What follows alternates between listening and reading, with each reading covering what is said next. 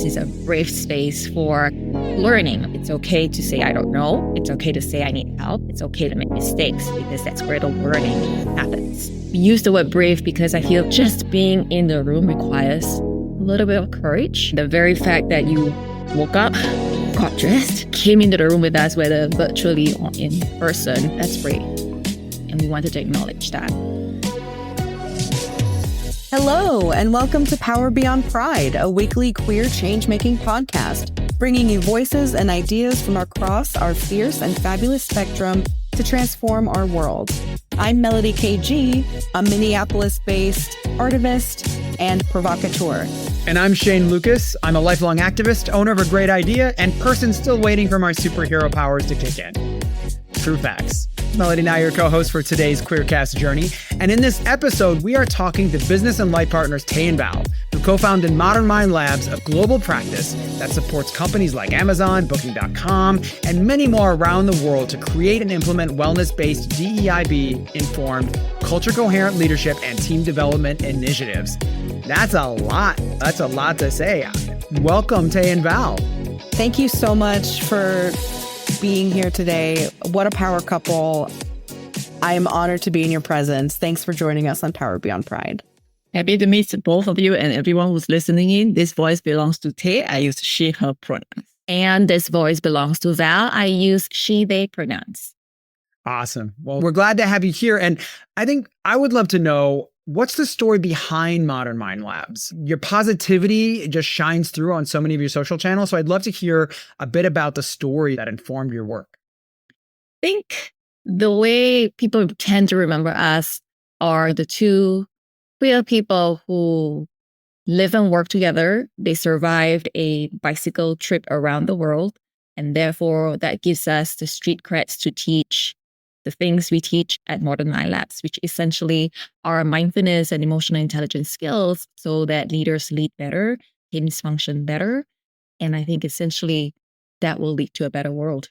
Yeah, we started this business really teaching mindfulness and meditation.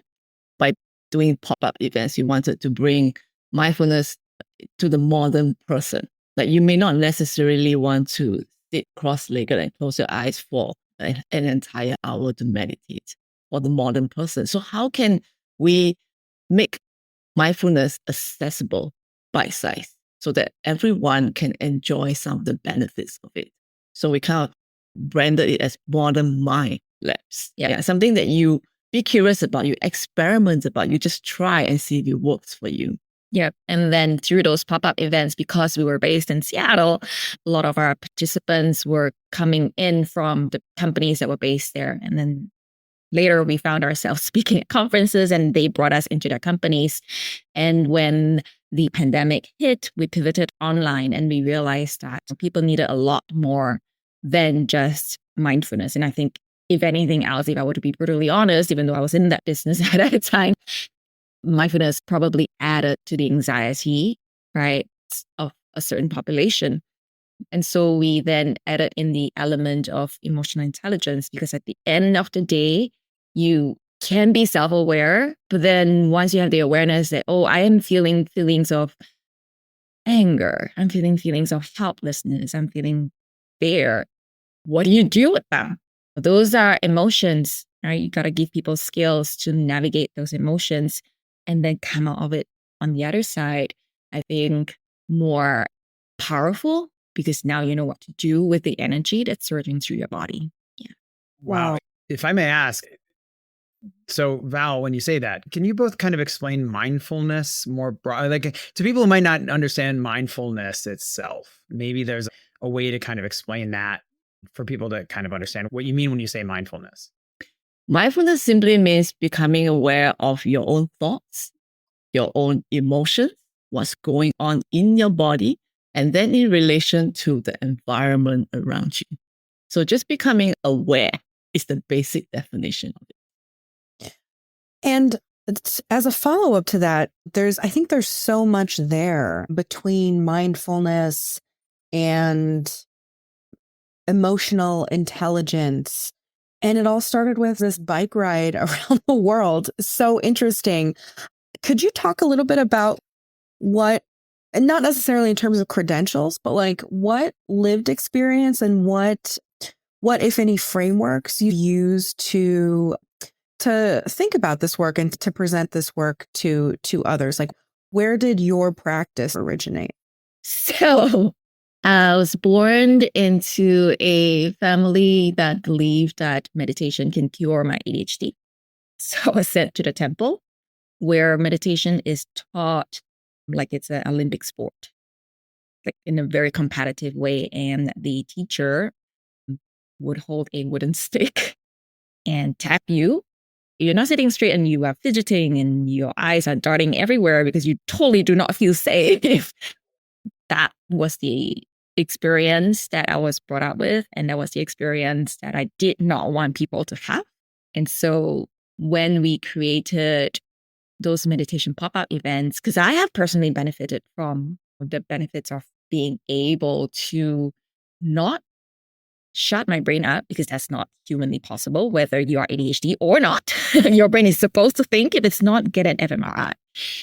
But to be clear of the thoughts that are in my head, which are mine, which aren't, and I can just put them down, hang the phone up, and what to do about them. And so I wanted to offer these benefits without the pain that I was put through. And so that was the number one lens that filters through all our experiences, all the things that we create, is how can people feel welcomed, included, and have the permission to participate in whichever ways feels wholesome to them. Now, I'm not going to say that this is a safe space for you, because that's for you to determine. But I'm going to do my best to create the parameters, to create these permissions of engagement so that you are able to have that agency to create that experience for yourself. So right from the beginning, when we started teaching mindfulness and meditation, we offer our participants the options to not close their eyes. And you don't have to sit a certain way. You don't have to do this from what you see on popular media, right? Because if it doesn't work for you, it is not going to work for you, right? You can build it up to maybe that standard that you think it needs to be, but at the very beginning, how can you just be comfortable with your thoughts, be comfortable with your body, be comfortable with things that are going on in the world? And with marginalized communities, we might never get there, right? I will never meditate in an airport. Like I will never meditate in a crowded space just because there's no safety in the environment. And we need to draw boundaries. We need to know what is beneficial for us and what is not. And just being able to decide that for ourselves is an awareness, is power coming back to ourselves. Yeah. That's incredible. Val, your story of being put into a box with your neurodivergence, which I very much align with as well, as someone who also has ADHD and has practiced. Yeah. We're birds of a feather here. We're all in that. We all share in that. Yeah. And as someone who has done various iterations of practicing different types of mindfulness and meditation, the way that I have seen it practiced or put upon me to practice is like very prescriptive often, right? And it's, you don't need to cure me of my ADHD through this thing. And to your point, Tay, when we do use it in that sort of way, like it doesn't have to be you sit crisscross with your eyes closed. Like it's really about trying to find what works for you and feels good for you. So both of what you both just said really resonates, and I think is such an important body of work that you've developed in kind of modernizing, but also like almost decolonizing some of this talk around mindfulness and meditation and emotional intelligence. I love that. I think that's so beautiful. And Tay, if I can add on to that, I think what's really powerful in what you shared also is looking at what it means when we are talking about diverse communities that are approaching the concept and what we talk about when we talk about mindfulness. Can you speak a little bit about more of that, especially in this particular moment where conversations around equity and inclusion have just gotten fraught, where the values that have driven much of that conversation have been called into question. When we talk about queer inclusion, we talk about BIPOC communities, when we talk about this, and kind of, I guess, your response to that in terms of bringing mindfulness into these conversations, but also recognizing there's such a hostility right now in just bringing conversations of inclusion and reframing experiences to be inclusive of many communities and lived experiences. Could you possibly talk about that? I think what's alive for me right now to share is I'm a very emotionally connected person. Emotionally connected to everyone and everything. So there is a lot of fear. Let's just call it. There's a lot of fear everywhere, in every corner, right? Just to share an example, in the last few months, we've been hunkered down in the house, making videos, showing up online for the simple reason that we cannot go join a protest in person because we're immigrants. We're green card holders. But right now, it doesn't feel safe to participate in community that way. So we decided to show up in a different way. But because we were in the house for 2 weeks, we never left the house, didn't go to the garden. My neighbors one day texted us and said, "Hey, Val, are you okay? If you're not at home, I can water your plants for you." But I felt the underlying resonance in that question. Everyone knows we are not safe. My neighbors are looking out for me. They're asking, "Are you okay? Are you at home? Are you here with us?" And even though I felt the first wave of, wow, people care for me, the second wave was deep and strong and true. The fear. It's not just me. Everyone around me is fearful. And when you feel that 24/7 in your body as a marginalized person or as a minority, we're not just immigrants, we're Asians, we're queer. It comes like a combo cocktail. What do you do? Constantly, I have to constantly 24/7 practice, right? Okay, what are my true thoughts right now? What is mine? What is the society trying to tell me to think right now? What am I really feeling in the body right now? Can I give it 5 minutes to feel completely this terror, this fear, this everything, this combo cocktail in my body? I give it 5 minutes. And if after 5 minutes it's still there, it's okay. 10 minutes, 15 minutes, I go to Val. Help me.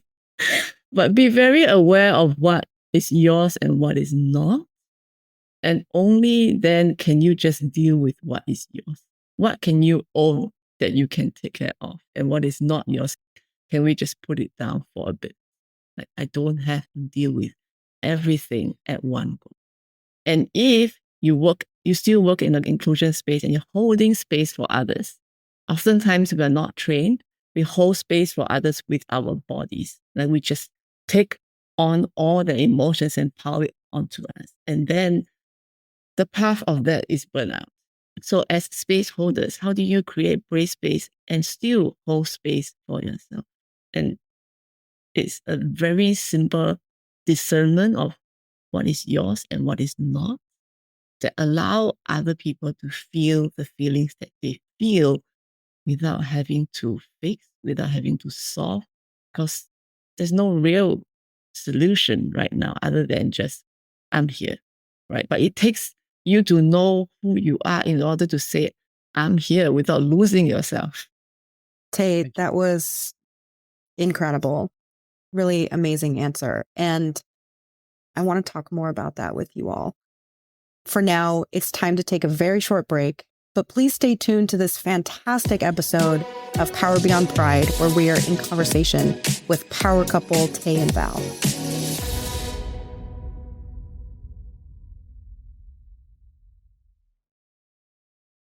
Welcome back. This is Power Beyond Pride, a queer change-making podcast, and I'm Melodie KG, here with my co-host, Shane, talking with two amazing folks, Tay and Val.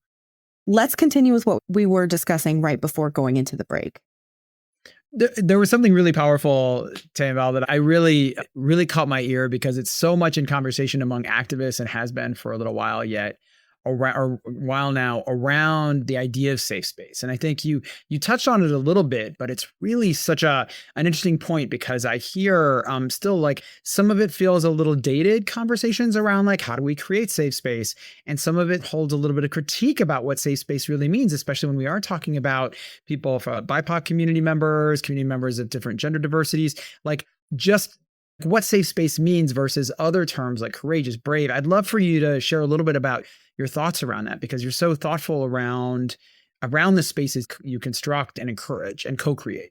We are very cognizant that there is never 100% safe space for 100% of the population. So I think it's important when we walk into, say, a room or a setting or a workshop, and when we are the space holders, we define what this safety is. For example, if it's a workshop, we always say that this is in fact, we don't use safe, we say brave. This is a brave space for learning. And what does that mean? That means that it's okay to say, I don't know. It's okay to say, I need help. It's okay to make mistakes, because that's where the learning happens. Right? I think it's important to define what this space is, quote unquote, safe for, and not assume that people are going to take it at face value. Like I said earlier, you can do your best to set up the different parameters required to enable that person to feel that. But, we're all coming in at different points of our lives. Sometimes we're coming in after a really big loss. Sometimes we're coming in hangry. Right? Sometimes we're coming in from a really emotionally charged meeting, right? And we're humans. So we're going to bring all of that into the room with us. And because of interneurobiology, everyone else in the room is going to feel it. That's the thing that you're working with. So to come in and want to wipe the slate clean and say, everybody, this is safe, you're demanding a lot of the people who just, for some of them just met you for less than 2 seconds. I think you need to give people permission. You need to give people agency to say, you know what, I'll determine for myself what I'm comfortable, what I feel empowered, what I feel supported to do in this space. So that's the kind of way we approach it. And we always say, we use the word brave because I feel like just being in the room requires a little bit of courage. Because trust me, there are days where you probably will feel a lot better just under your sheets. And the very fact that you woke up, got dressed, came into the room with us, whether virtually or in person, that's brave. And we wanted to acknowledge that. And that's why we use brave space. Yeah. And I think we can think about brave space or safe space at 3 different levels, right? Think about creating this safe space for yourself first. What does that mean? If I were to create safe, brave space for myself, what does that mean? It means I'm going to talk to myself with kindness. I'm going to allow all the thoughts that I have to emerge without bashing them down. So what does it mean to first create that safe and brave space for yourself? Can we even embody it ourselves before we start offering it to other people? I mean, we don't have to be perfect, but can we start there? Right? I think especially so in the queer community, where a lot of us don't even feel safe in our own bodies, right? That space really needs to come from within. I'm not saying fix yourself. I'm not saying the burden is on you. That's not what I'm saying. What I'm saying is, can you allow yourself to feel even that unsafety without pushing it away? Because that resistance, that dissonance, that job of pushing it away is what is burning you out. And once we're able to acknowledge the things that we are feeling, we're able to then say, what do I need from you? We'll then be able to walk into a space and say, this is why I need to feel safe here, right? Then there's a co-creation of safe space. It's not just, I say this is a safe space, so you jolly well feel that this is safe. No, it's a back and forth conversation. Like a community, when we come together, creates that space that is safe. It's an unspoken norm. It's how people behave amongst each other. Yes, we start with rules, but there's always contribution. That's how we all come in and create it together. And then I think at the third level is the level of systems, right?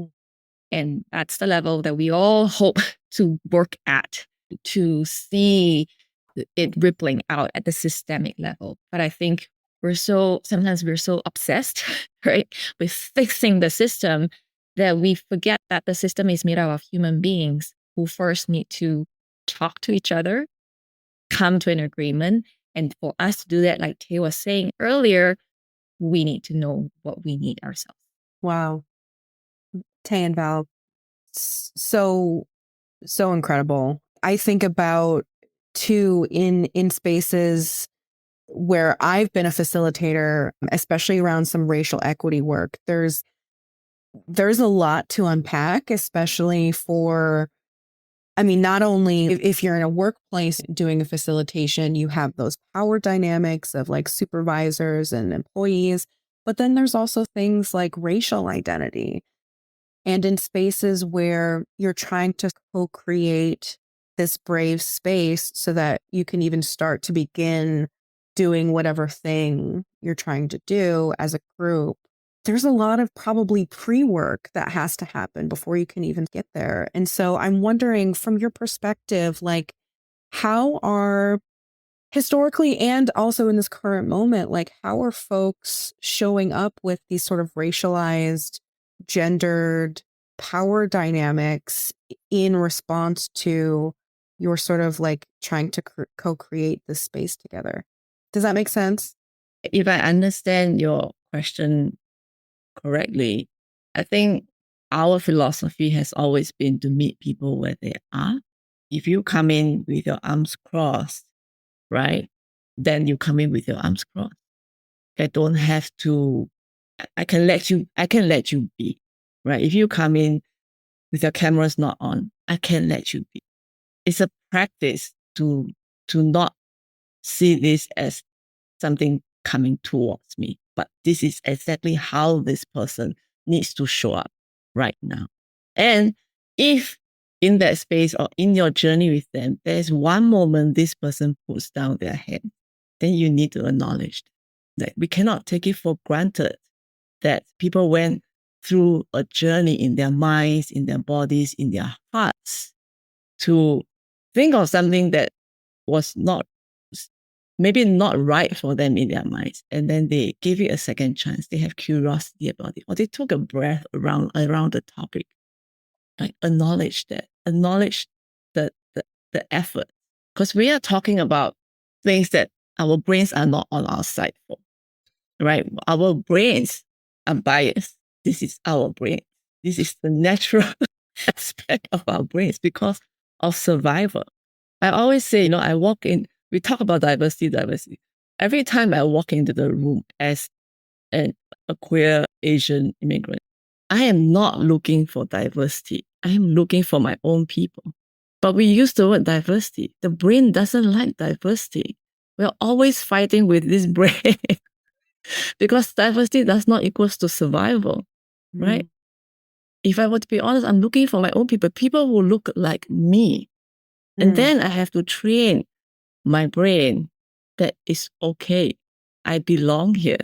But we first have to understand the mechanism of how the brain works and stop making people wrong, right? Because if I'm going to make this person wrong, then I'm also going to make myself wrong because I'm looking for my people. I just call it diversity. Can we nerd out a little bit here? Please. Would love to nerd out. Light travels the fastest. So if you're able to see, right, that's the first thing your brain is going to use, right? Are we of the same color? Are we of the same gender? Are we of the same whatever we can see, right? And if we want to really connect, you have to give it a little bit more energy. You have to work a little bit harder. You have to ask connecting questions, right? Sometimes people ask you, where are you from? It's because they generally want to connect. It's not because they're trying to be microaggressive. They're not trying to other you. They genuinely are interested. So it takes, I think, both parties to meet each other and put in that little bit of energy, right? And then listen. And sound travels just a little bit slower. You have to put in the energy. But alluding to what you were saying, Melodie, we are in this super tense climate right now. If this is the line where people are operating that, a lot of us, our energy levels are below the line. So we're not able to rise to the occasion. We're just going to default to our systems. And that's why we go in, we use our eyes, and we try to put ourselves into whichever similar boxes we can with whoever else is in there.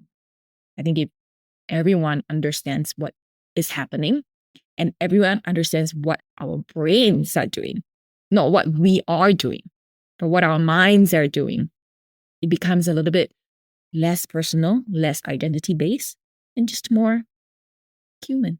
That was just really powerful because it's really talking about the conflict that we get in our just neurological immediate responses to try to look for initially what we respond to and connect to just on our own, somebody who looks similar, all of that.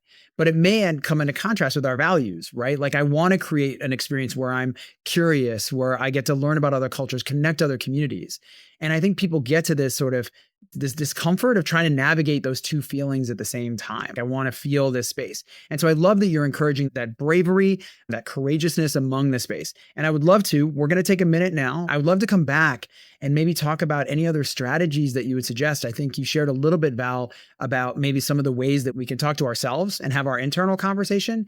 I'm curious if there are any other strategies that you could share with other people about ways to respond to the people who might push back from it, who might have that harder time. Like you said, Tay, people who come in with their arms crossed. It sounds like you want to create space for them to sort of let down some of that guard a little bit. But are there different strategies organizers and activists and other community members who want to create these brave spaces can also do to help create a foundation for where those spaces are possible, is what I'm thinking about. So we're going to take a quick break. We're going to come back in a minute to talk about that a little bit more, plus a speed round of questions to get to know Tay and Val even more. And we look forward to it. See us in a few minutes. Right back with Power Beyond Pride.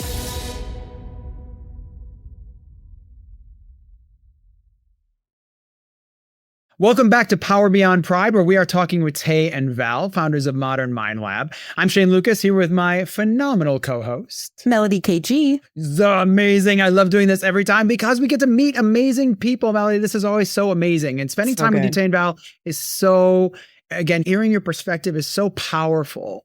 And before break, we talked a little bit about ways that we can incorporate your insights and some of the things you've shared today around mindfulness and creating brave spaces and co-creating brave spaces. Any other tips or ways that we can think about framing things as we're building movements? Tia and I, we have an agreement, and that is to whichever project that we take on, we will keep each other anchored in our intention. I think a lot of people think about the outcome without thinking about why it's important. And so for us, intention is always going to be the cornerstone we set that is going to inform everything. And so that intention is what you carry into the room with you, is what you carry into the protest with you, is what you carry into court with you, right? For whatever movement or change that you're trying to create. So getting super, super clear of your personal stake, your stake at a personal level, and then getting super clear about the stake for your community, and then getting super clear about the stake at a systemic level, and then never losing sight of that. I think it's the number one thing, the most beneficial thing that you can do for the sanity and well-being of yourself, and also for the change that you're actually trying to effect. Does it help to write that down? Does it help to formalize it? Or does it need to be something you kind of spend a little bit more time reflecting? Intention? Yeah. We always write it down and then we revisit it. And then we make sure we are both on the same page with it. If we ever need to change it, then we just realign it, right? It's an evolving thing that you have to constantly remind yourself of. It's very easy. Say we start a podcast, right? And then we set an intention maybe to connect with people, to have difficult conversation. Maybe that was the intention, to provide healing, to provide space, to provide community. And then down the road, maybe 100 episodes later, it's like, why do we only have 100 viewers, subscribers? And then we start chasing numbers. And then we lose sight of the intention of what we're doing in the first place. It's so easy for us to go there, right? Because the algorithms are like that. The systems are like that right now. So you have to be able to not hold yourself accountable, but keep yourself anchored. Give yourself a peace of mind. You are on the right path. You are taking an aligned journey. You have to reassure yourself of that in this noisy environment.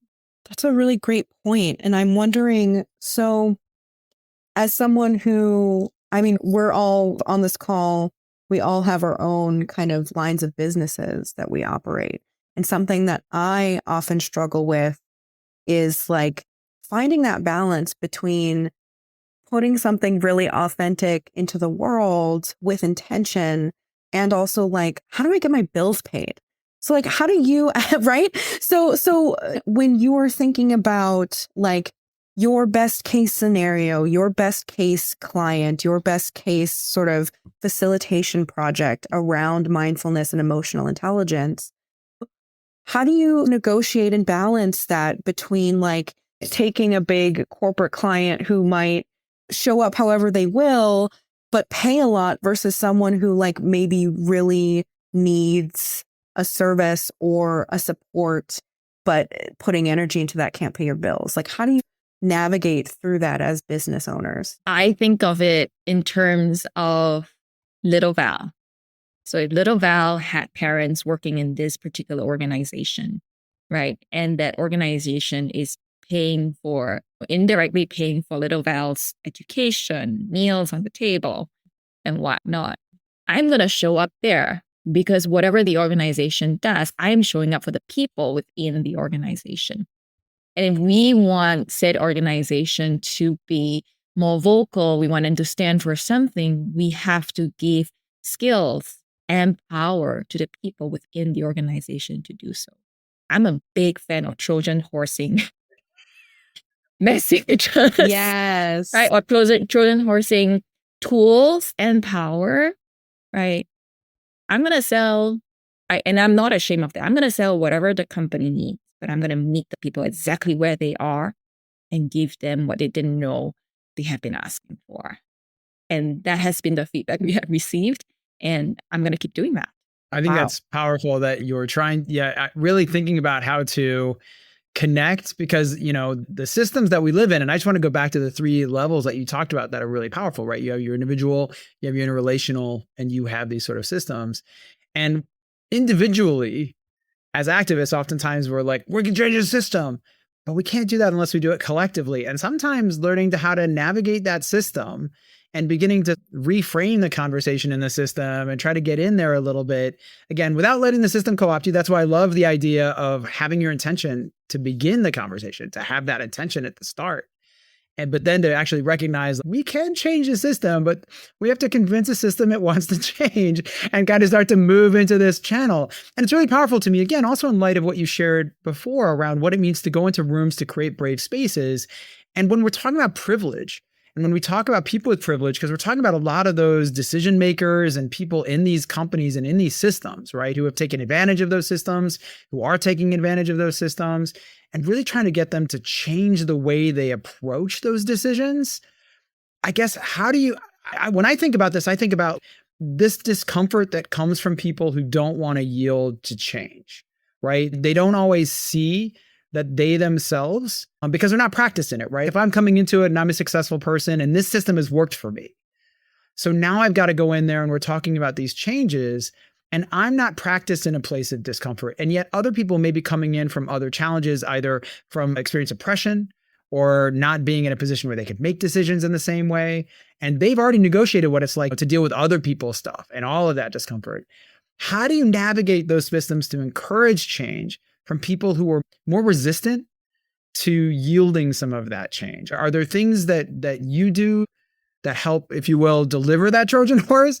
Are there things that help get that done so that people can manage that resistance easier? I think you said so yourself earlier, Shane. You said, how do we convince the system that itself that it wants to change, right? So we have found that wherever the resistance is coming from, whether from the privileged or the majority population, or even from people living in the margins themselves, that the real change happens when agency is given back to them. That when they think or when they realize that this was their idea all along. I'll give you an example. We were hired by an energy company based in the Midwest. It's a very old company. We cannot say any. We cannot say which company, but it's an energy company. And everyone who has any power of any sort identifies as the majority. And so they brought us in to do a diversity and inclusion training series. So we were to journey with them for a year. And they only did it because they had to check a box for, again, something that we couldn't say. So it was like I gotta do this because I gotta do this, right? And so you can imagine that most people in the rooms, they came in with their arms crossed, eyebrow raised. Right? Why do I need Like, why am I doing this? At the end of our first session, the coordinator that we were working with sent us a screenshot of, I think it was like internal, like their Slack channel or something. And the feedback was, I had to walk out. Like last week, I was at a DEI conference. I had to walk out of that room, but I stayed through today's session. I cannot wait for the next one. Because the whole time it was a diversity and inclusion session. We did not use the word diversity to begin with. And we did not tell them what to think. We presented facts. We had them experience what it feels like to be included. And then we asked them to think about, why was this work important for them? What is their personal stake? Why would they, beyond being have to, right? Why would they want to come and spend the next 12 sessions with us? I mean, if you walk up to somebody and say, you need to change, whoever this person is, the first response you're going to get is, why? Why don't you change? I'll be like, did I put my shirt on wrong? Because that's very possible. I could very well, if you said that to me, I'd be like, I put something on inside out. I'm sure that happened. I'm sure that. The human brain does not like change. Whoever you are, the brain does not like change, right? So we don't come in on a hot topic by using you, or we address why change is hard. So people come to an understanding of what's going on with their thoughts, with their body, when they're experiencing challenges. And then they figure out for themselves, oh, maybe that was what was happening to me. And when they do that, they have already let their arms down. Because they're thinking for themselves. They want to change. They want to be better. I have to believe that all of us, every single human being, wants to improve, because improvement itself is a psychological need. Yeah, it's a core human. We want to progress. We want to improve. We want to be a better person by our own definition. You work with the humanity of it. I don't always remember, right? I always also have, it is a practice for myself to stay in the moment. If you realize you are reacting, just return to being present. It is a practice, a moment-to-moment practice. What it means to be human. Well, we've got some moments we would like to have with you right now, because now we want to get to know you both a little bit better. Thank you for sharing all that. I'm so nervous. Why does this make me nervous? This is going to be fun. Moving into rapid fire round. Where was your first date? Mexico. We were born and raised in Singapore. It can't be safe. We want a work trip in Mexico.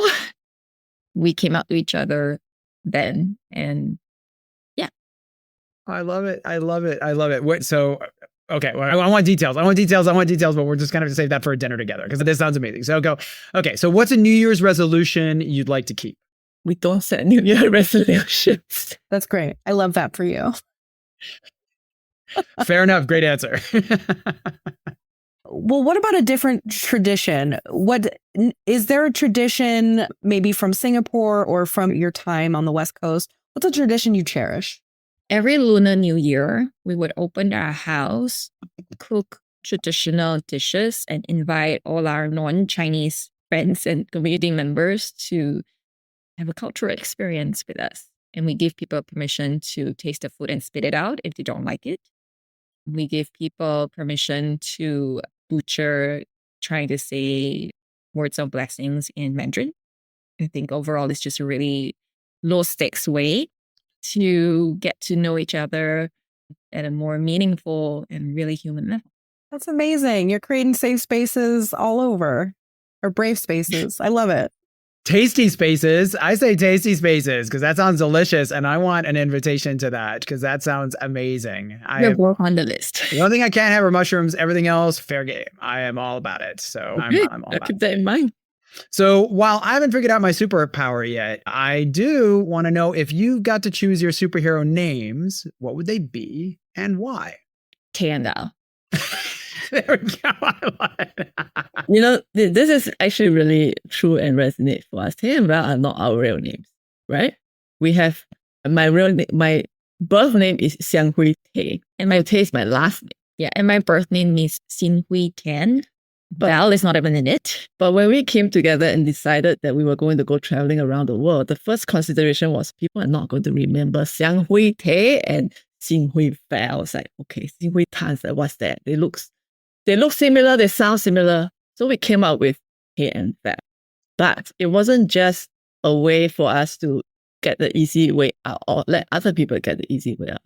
Tay and Val was a version of us, the best version of us that we aspire to be, that we keep growing into every day. Yeah, so Tay and Val are our superheroes. Yeah. Yes. It's almost like your drag names. Like together you're a drag act and it's Tay and Val. I love it. So if there's something that Tay, like Xiang Hui Tay cannot do, and it'll be, can Tay and Val do it? Do it. Yes. Okay. I'm picturing costumes. I'm picturing merch. This is very cute. Amazing. Okay, how about this? Do you have a theme song? Is there a theme song that gets you going? We're going to sound really boring if you don't come up with an answer. Just got to be yourself. If you don't have a theme song, you don't have a theme song. I want to make one up for you because I feel like Tay and Val, I feel like we got to add like a Tay and Val theme song. If you're listening and you're a creator and you have a theme song just sounding in your brain just as you listen to our story, send us a note. Let's collaborate.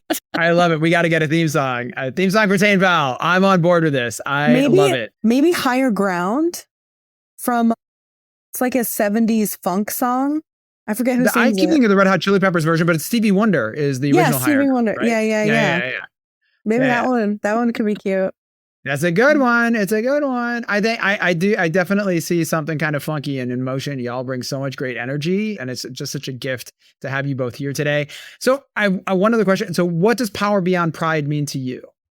I think pride is one facet and Power Beyond Pride means inviting all of your facets, including the ones that are not as colorful, not as shiny, not as fabulous, but are still welcomed home.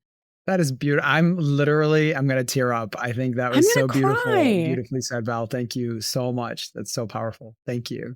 How about you, Tay? Or is that just the Tay and Val The answer? wife did it all. I've been on stage with her for, 12 years? Just stop counting. You just butchered numbers. She always said, once you say something powerful, done. Mic drop. Yes. It's a mic drop. Quiet. Let it land. That was what I said. Let it land. Amazing. And it did. It really landed. Well done. Beautifully said. Where can people follow you in your work? We just birthed a Substack, which we found has more room for us to create the exact space that we want for folks to join us. So please look for us on Substack. There is only, the last I checked, there's only one Tay and Val, and the name of our Substack is called Chopsticks at a Pork Party. Amazing. Thank you so much, Tay and Val, for being here. Everyone, please follow them also on their socials, on your LinkedIn. You always share so many great tips and ideas on your LinkedIn. So I also want to encourage people to follow you there and then support your Substack.